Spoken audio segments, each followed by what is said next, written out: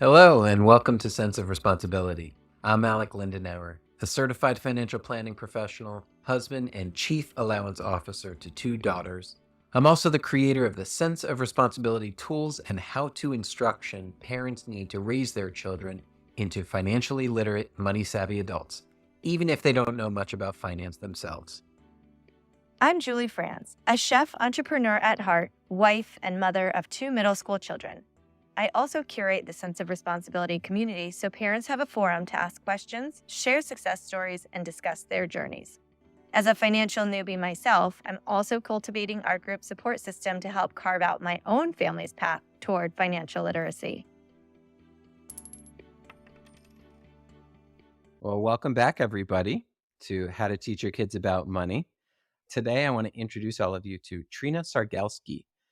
Trina is a digital marketing social media maven for several companies and also for Sense of Responsibility. Trina, welcome. Really happy to be talking to you today. Yeah, I'm excited to be here. Excellent. So Trina and I met actually through Julie, who of course is our community expert. She's our mom here, my partner in this entire endeavor. So we're going to miss her today, but Julie was the one who introduced us because I know, Trina, you and Julie collaborated on a previous work project, and basically you were like work sisters, right? Exactly. I miss Julie. Well, she's going to be back on here pretty soon. I know that. And of course, Trina, you're the mother of a beautiful 8-year-old daughter. But today we are going to focus not on your journey as the social media maven here for Sense of Responsibility, but as a new core parent. And so what does that mean? As a reminder for everybody, a new core parent means somebody who wasn't really talking to their kids about money. And then through our different methods and through our different resources, whether it was a course, the blog, the podcast, whatever it may be, are now having meaningful, productive, and I say strategic money conversations. So that's what we're going to talk about today. How does that sound? Awesome. All right.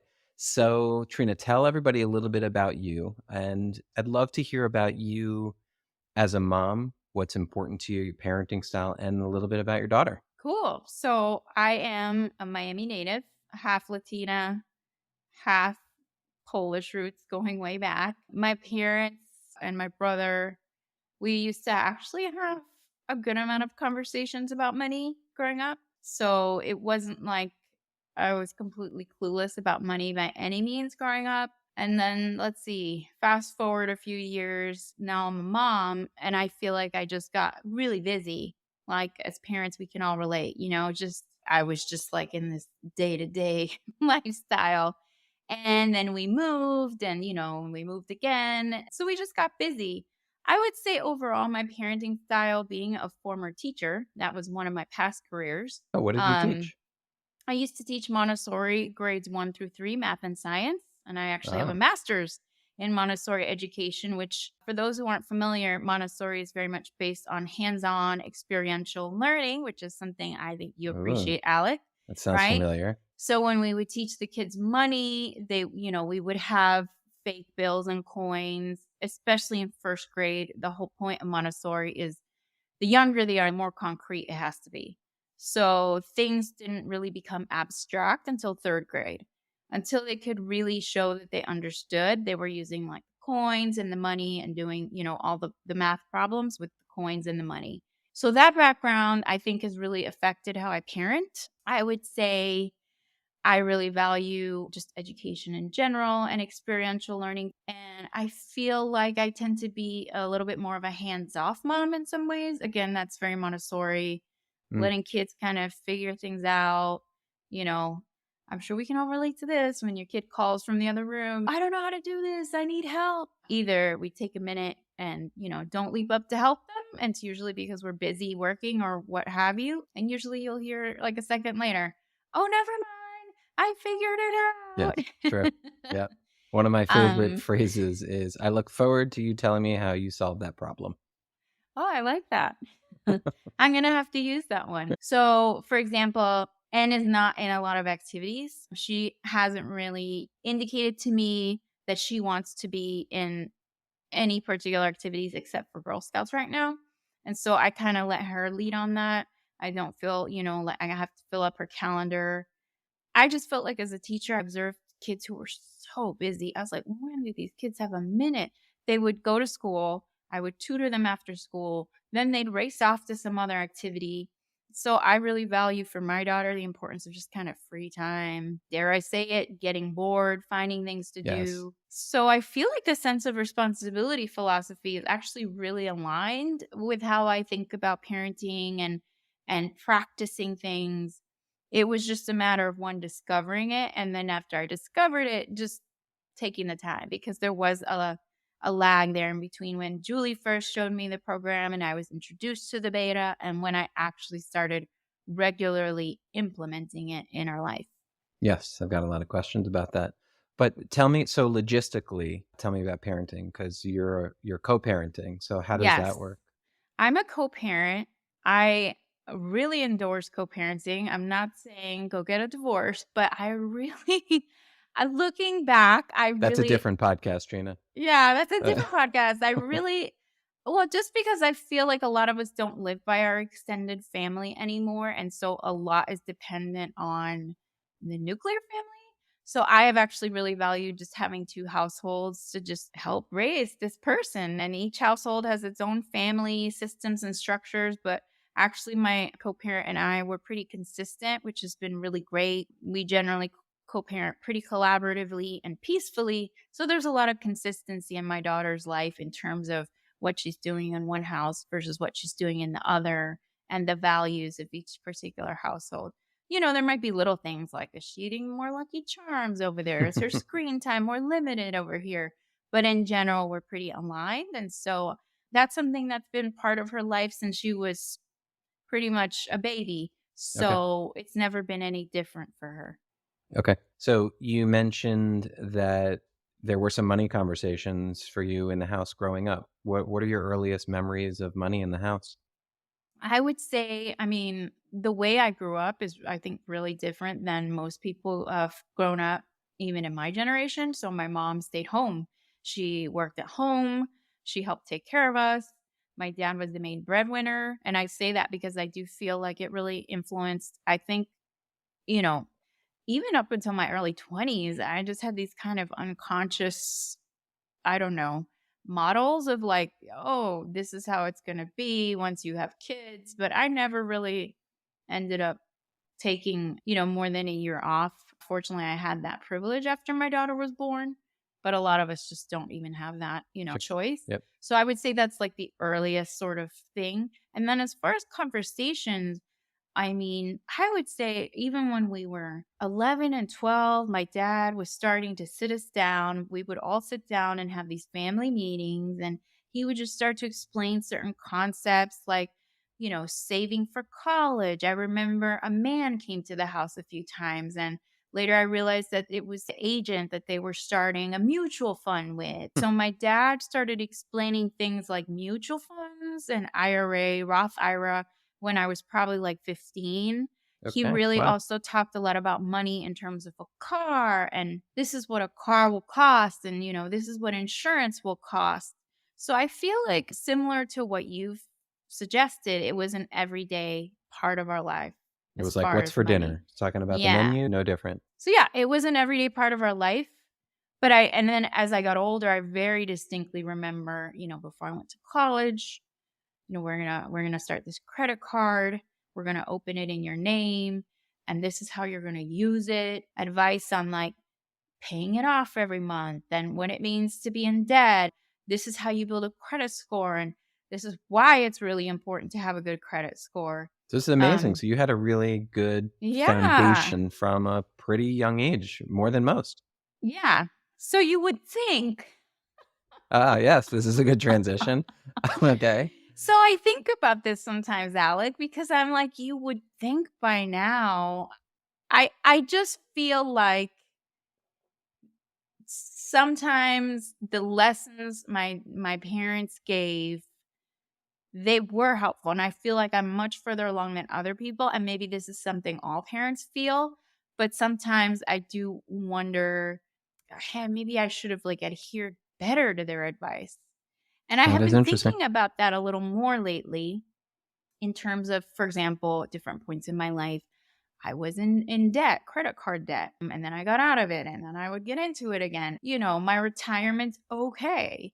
I have one. Most Americans don't have one. I'm probably, better off than a lot of people. But when I think back on like what I plan to do with my daughter in terms of compounding interest at such a young age, I'm like, wow, if I had really taken the lessons to heart and, just been investing as regularly as my parents were reminding me, what would I have now? And so I think they did an awesome job. I do wonder sometimes if maybe the missing link could have been the experiential learning at a younger age. That's what I was gonna say, because I know, look, you and I have been talking a lot about this BYU study that came out Hmm. recently, and what it showed is that, for listeners, what it showed was that we learn in the house growing up from experiential stuff, or whatever those lessons are and those methods. We learn from when our parents tell us stuff, and we learn from good parent modeling.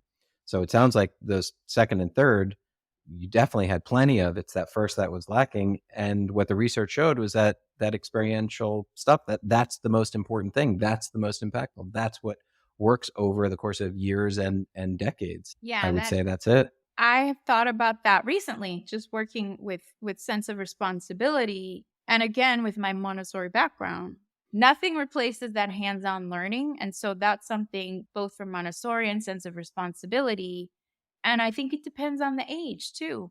It's different when you start with an 8-year-old than when you start at 21 and you're really on your own and doing. The stakes are high, the consequences are real in a way they're not when they're 8 you Yes. know? Little kids, little mistakes, big kids, big mistakes.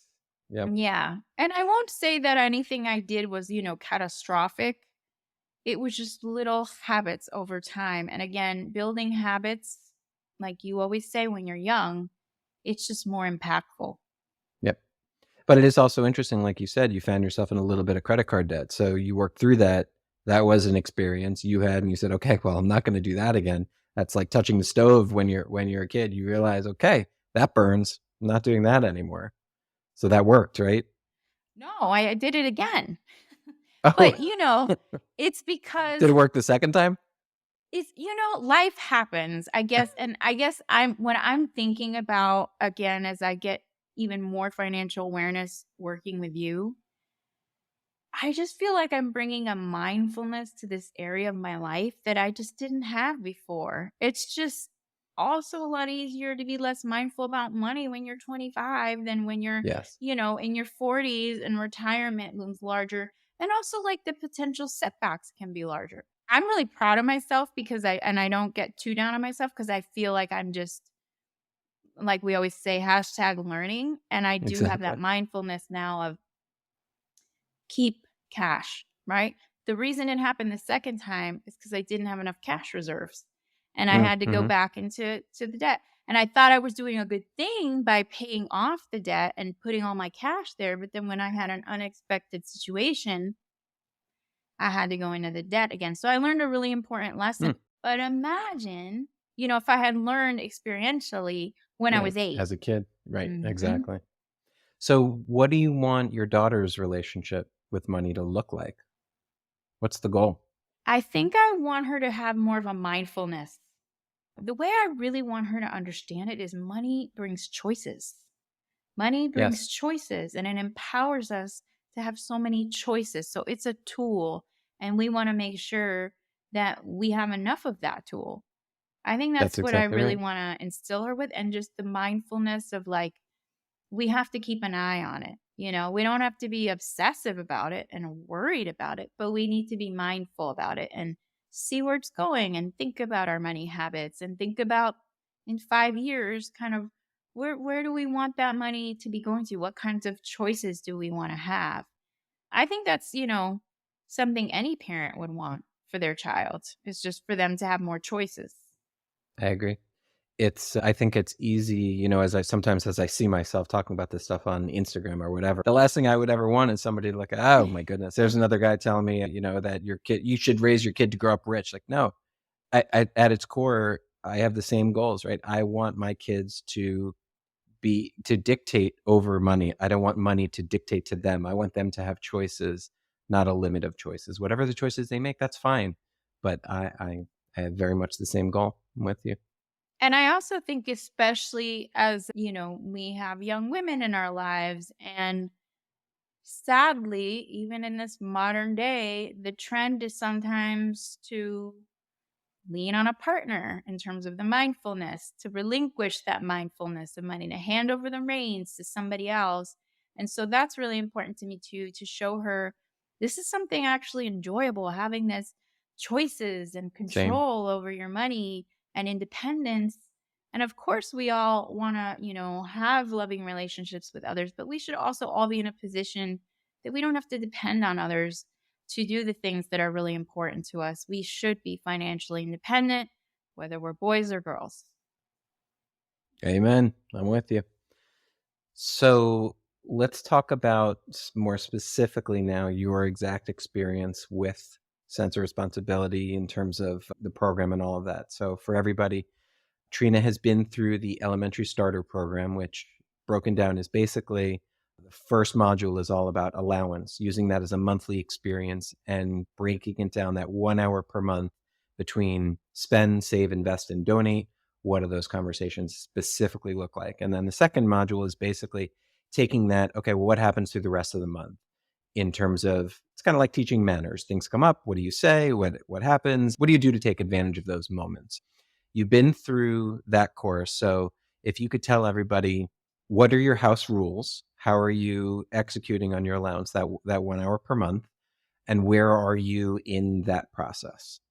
Okay. And I love that metaphor with the manners because it really helped me conceptualize it. Sort of like we don't think, oh, I don't have enough time to teach my kid manners. It's just part of life, right? Right. Little conversations you have. So we've been doing the monthly allowance day since the fall. So it's probably been, we took a break off for the holidays. I would say we've probably done it 4 or 5 times. So not a Okay. ton of times, but I have seen already really interesting differences. And I want to hear Just, about all those. But so specifically, how much are you giving? oh, okay. And what are the rules when you sit down for your allowance, your monthly core day? What does that look like? Take our listeners into your living room, Trina. I will. I give $10.25 a month. And there's two reasons for that. The one I threw in the quarter because I wanted her to practice with coins, and quarters is generally trickier for kids than the other coins. And the other reason is since we have two households, sometimes she's getting allowance over there too. So this number seems to work for now. Great. So we sit down once a month. We actually don't generally do the first Sunday in the month just because Sundays generally aren't the great day for us. So we usually do the first Saturday of the month that she's with me because, we share her Mm-hmm. between two households. So sometimes it's the second Saturday of the month. And sometimes we end up doing an activity but we just somehow we get it done and we sit down and we take out the little baskets with the glass jars and I go through the routine of giving her the allowance and talking about what money is going into spend, what money is going into save. I give her 10% interest on her invest and I just sort of remind her what that is and how that works. And we talk a little bit about donating. So you remind her what each of the buckets are and just have a little Yeah. conversation about that. Are you dictating what goes in where, or she has free reign? What's her reign over what goes where? I just tell her it can't go all into spend.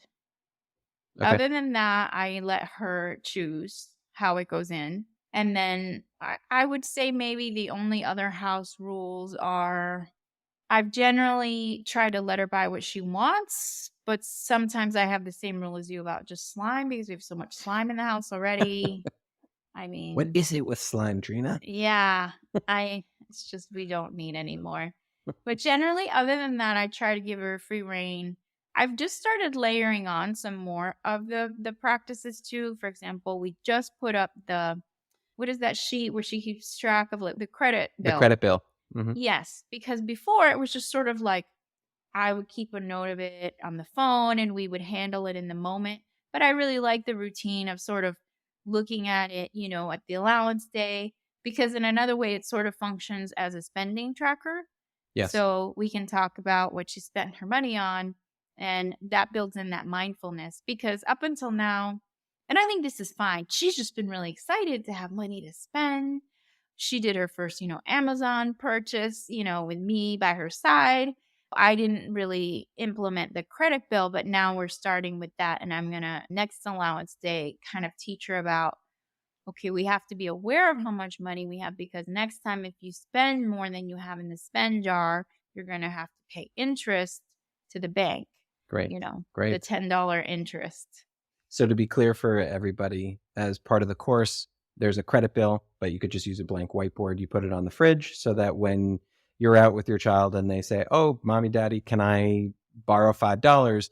You're not just saying, yes, here you go, and then forgetting about it or making a note on your phone. When you get home, you put that on the fridge so that they have to pay you before your next allowance day. So Or in she short, does, that's the credit bill. So it's like in her Right, hands. she It's does. her responsibility to put A lot it of on reminding there, though. Yes.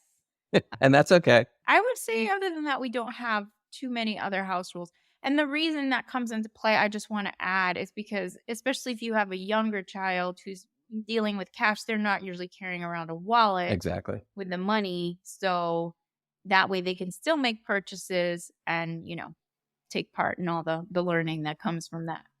Excellent. Love it.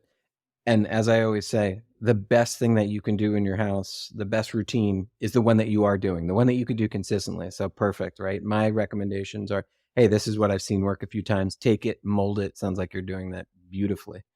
You said that the house rule that she has to follow, though, is she can't put it all in spend. Are you finding that she shovels it more in there? Like, what have her attitudes been?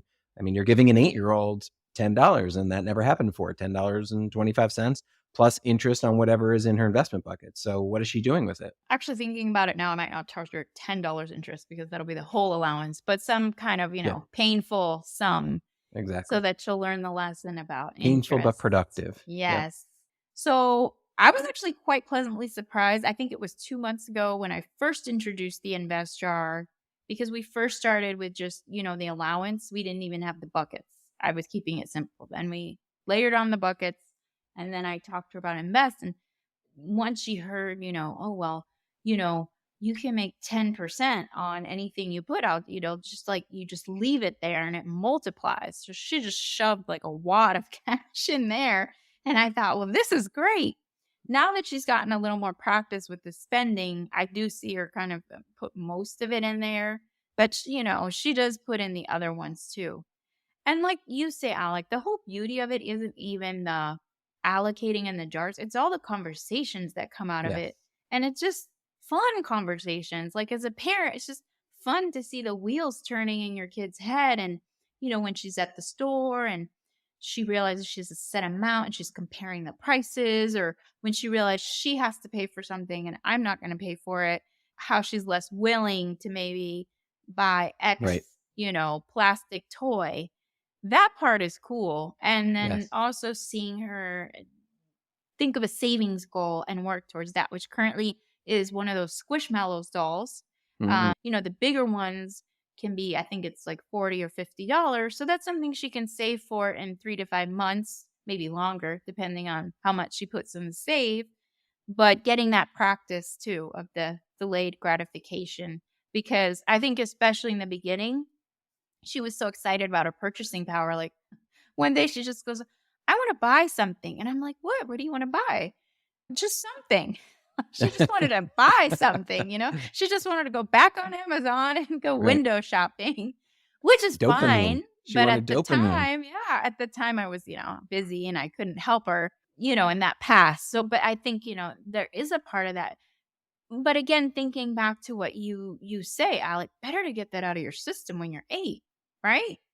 Yes, Because, absolutely. I mean, that can become a habit even as an adult. Like, I don't know what I want to buy. I just know I want to buy and it feels good. Or as Julia's found, with Cassidy, with her daughter, she understands now that her daughter is made like that there is a certain amount of her that inherently enjoys the spend, enjoys that process. It's, in a way, it's sort of like a hobby. So that mother and daughter are learning that together and how to compensate for that. What do you do about that?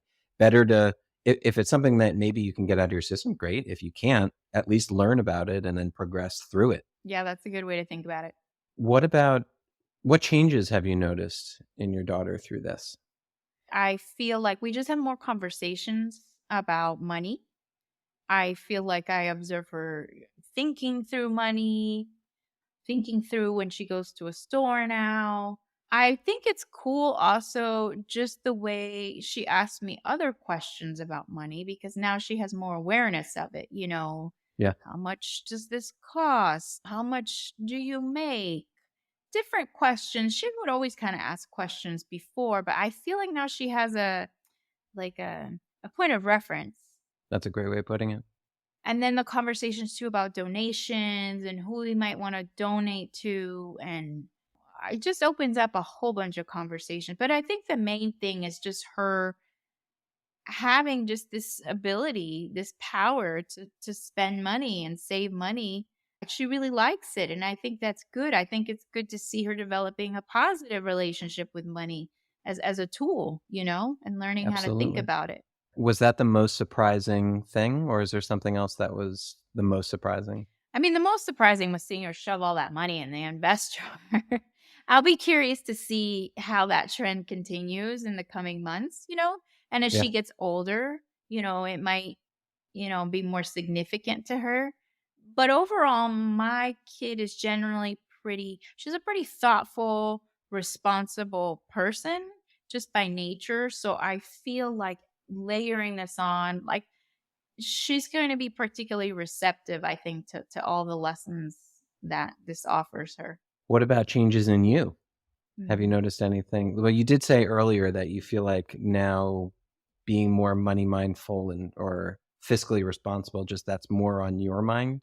Is Mhm. that the biggest change you've noticed in yourself, or are there any others? I always knew I've always known I need to be financially responsible. It's just making the time for it. It tended to be, and I think it's this way for a lot of us, and we just have to be gentle with ourselves and let it go. It's easy to just push it off. I don't have time. You check the bank balance, and that's the end of Mhm. that. And I've always been a pretty strategic thinker, but I think this is making me even more strategic about my money and also just thinking about the power that Nina has now and her age and just how cool that would be to give my kid the gift of financial independence. That is a Yes. huge aha for me, just thinking about obviously, we want the best for our kids, and there's only so much, we can all do depending on our circumstances. But also just thinking about how it doesn't really take that much time. Not really. I mean, even if you open a small investment account and together with your kid are putting in even like $10 a month, but if you do that for 10 years, I mean, it sort of kicked me in the butt. Like, okay, she's 8, Mm. it's time, and she'll still have these great advantages of time that I think is really what my parents were trying to give me. And I think they gave me a tremendous gift. So now I just want to, elevate even more and sort of take it to the next level with the next generation. You said that she was asking you some interesting questions, and those conversations have been new and fun. I think that some parents get intimidated by that. Like the question that you said that she asked you, and one that I think some parents might say, at least the generations before us, the answer would be, go away, kid. And when they say, well, how much money do you make? So, how did you answer her? And what would you say to parents who are faced with the same situation as you are? I feel a little more confident in this situation just having been a teacher. Mm, sure. My mentor as a teacher, who'd been teaching much longer than I had, she was amazing. She once told me kids will only ask for just enough information that they need. So sometimes, and I always give the example of like the birds and the bees, you think they're asking for the whole shebang, and all they Right. want is the one little answer. And if Right. they They just want need to know more the hospital. information, Right. Right. they'll keep prompting you with more questions. It's the Yeah. same with money. So when she didn't ask me how much I make, and she was giving me a number. And I think you have a story like this, Alec, a point of reference like, do you make $1,000 a year? Does daddy make $1,000 a year? I was like, more than that. Right. And so I just kept kind of answering her. And then she moved on to something else. And I'm sure if she would have asked the exact amount, I would have found a way to like frame it. Or Another thing we can do as parents is just say, you know what? Let me think about that question. I want to give you the best answer, which is what you say. Or I'll say, That's let's right. look It's it one of up my favorite together. answers. The one I use the most is let's look it up together. Oh, I don't know. Well, I'll have to look that up. She'll ask Yep. me, where do tears come from? Like, I'm not exactly sure. I have to look that up, or we'll look that up together, because then you're modeling for your child. Well, you're not going to know everything. And this is how you find the information.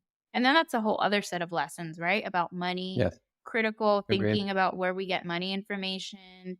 It's not just what so and so says on TikTok. It's actually not necessarily what you Google. Those come when they're older, but like then you have that whole conversation of like, what's trustworthy information? Who should you trust, to give you advice about money? That is definitely one of my favorite answers. Okay, well, I will come back to you. I want to give you a thoughtful answer, but I like that too. I'm going to start using that about the search. One of my favorite places to answer questions like that is in the car, because I can very easily put things into context and say, okay, well, see that car right there? That car costs probably new about $10,000, and that car costs, 60,000. That car, oh, that one's very expensive. That one costs 200,000. So going back to your question, do you think that I make enough in a year that I can buy that car? And they say, well, yes. I said, okay, well, then there you go.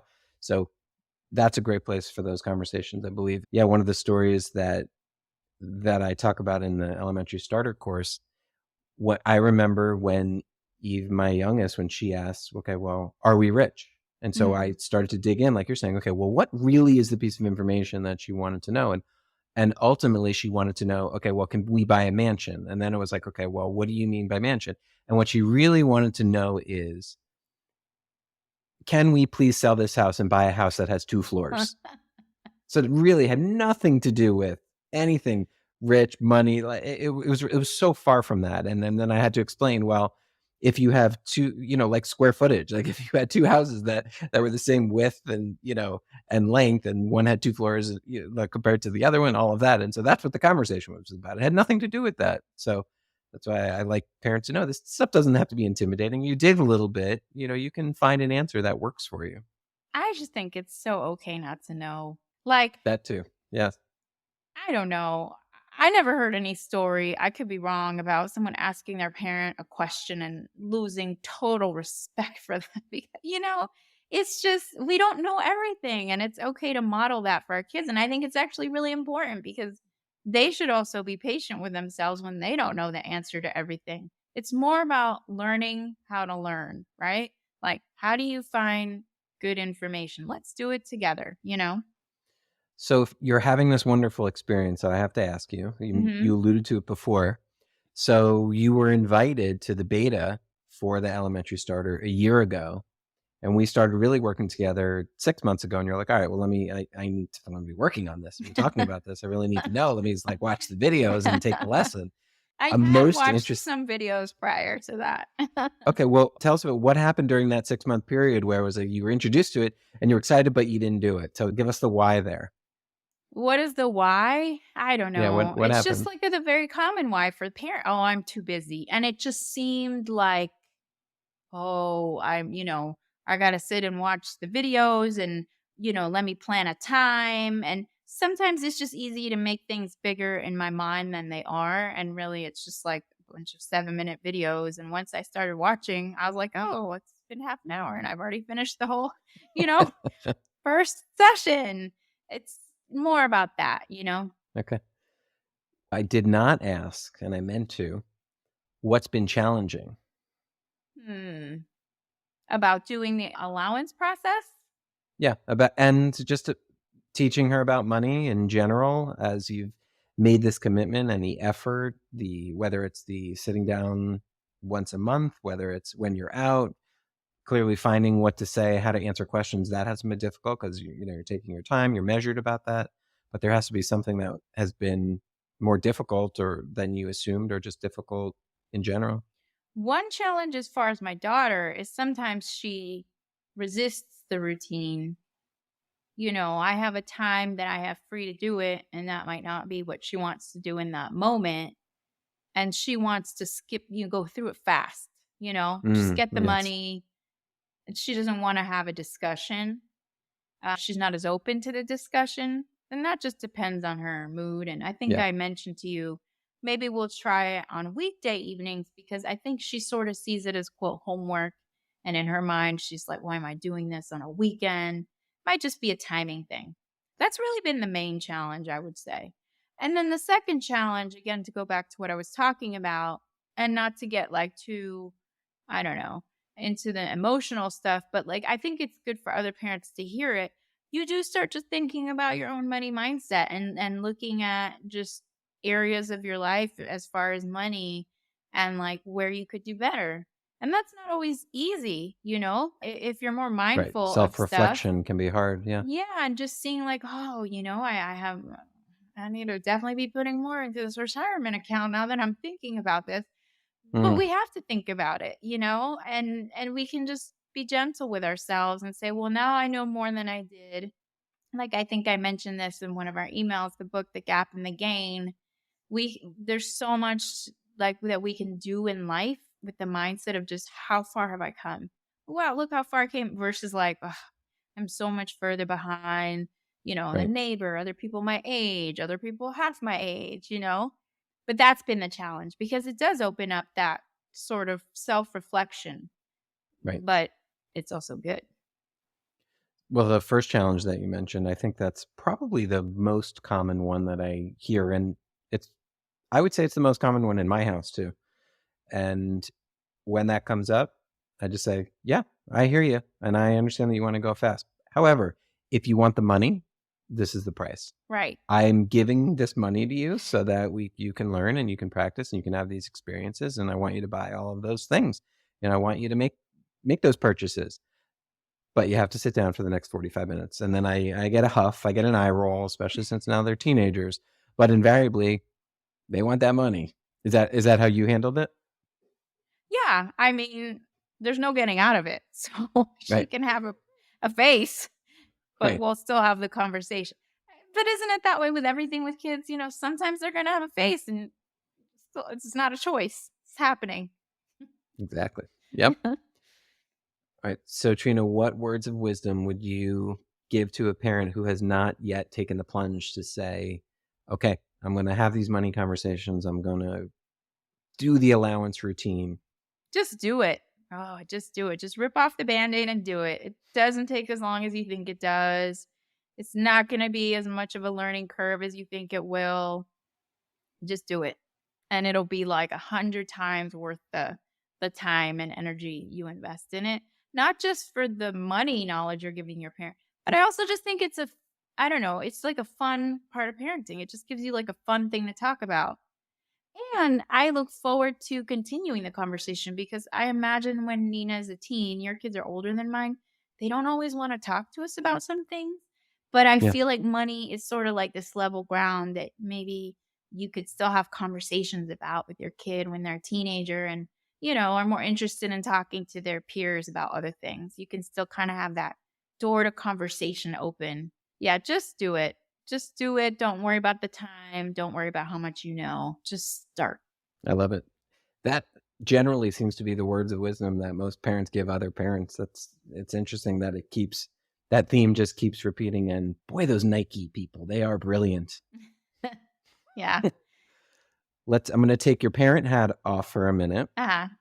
For my last real question, I'm gonna ask you to put your sense of responsibility marketing and digital marketing hat on. I am curious, what's your favorite thing about the work you're doing on sense of responsibility? So not as a parent, but as this social marketer and whatnot. I would say my favorite thing is just it's a topic I'm engaged in, even though I haven't always had the best money mindfulness. I've always been interested in money, in learning about money. And I really think what we're doing is valuable. I mean, like you said, it's not just like teaching people what stocks to put their money into or get rich or make a rich kid.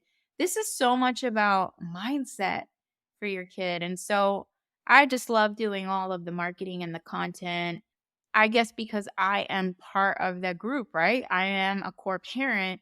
It just makes it a lot easier in some ways to think about how to say things or to think about our community and maybe what they're thinking or wondering. It's just a really fun project because I think it's personally engaging for me, but also I think this is important to do. I think the world or this country, parents in this country need to hear this message, I think. Love it. All right. Now, if you were not on this recording, if this was just a recording where I was talking to Julie or Julie and I had a guest, you would have said to me in advance, all right, Alec, make sure you say these things. So I'm going to say these couple Okay. things here. All Say right. that. And then, okay, ready? I want to remind everybody that the elementary starter course is available now on senseofresponsibility.com. That's CENTS of responsibility.com. Check out the blog, check out the podcast. The easiest place to start is senseofresponsibility.com/resources. And as Trina likes to remind me, that I'm going to remind all of you, make sure you hit the little subscribe button, however you're listening, wherever you're listening, however you're watching. So, Trina, did I miss anything? You did great. Okay. Link in bio. That's the link in that's our right. bio. Right. And what Trina was alluding to earlier, the hashtag learning, I just want you to know, if you're subscribed to our newsletter, which of course I recommend too, if you ever see an error in there or anything like that, either Julie, Trina, or I have seen it after the fact, and we have then texted one another and said, hashtag learning. That hashtag learning is just part of the process. For all of us, right? It's Yes. like just we all need to give ourselves a break. We're doing our Right. best. That's right. That's a lifetime hashtag learning. But in the meantime, everybody, till next episode, hashtag teach sensibly. Bye. Thanks, Trina. This was fun. Thank you.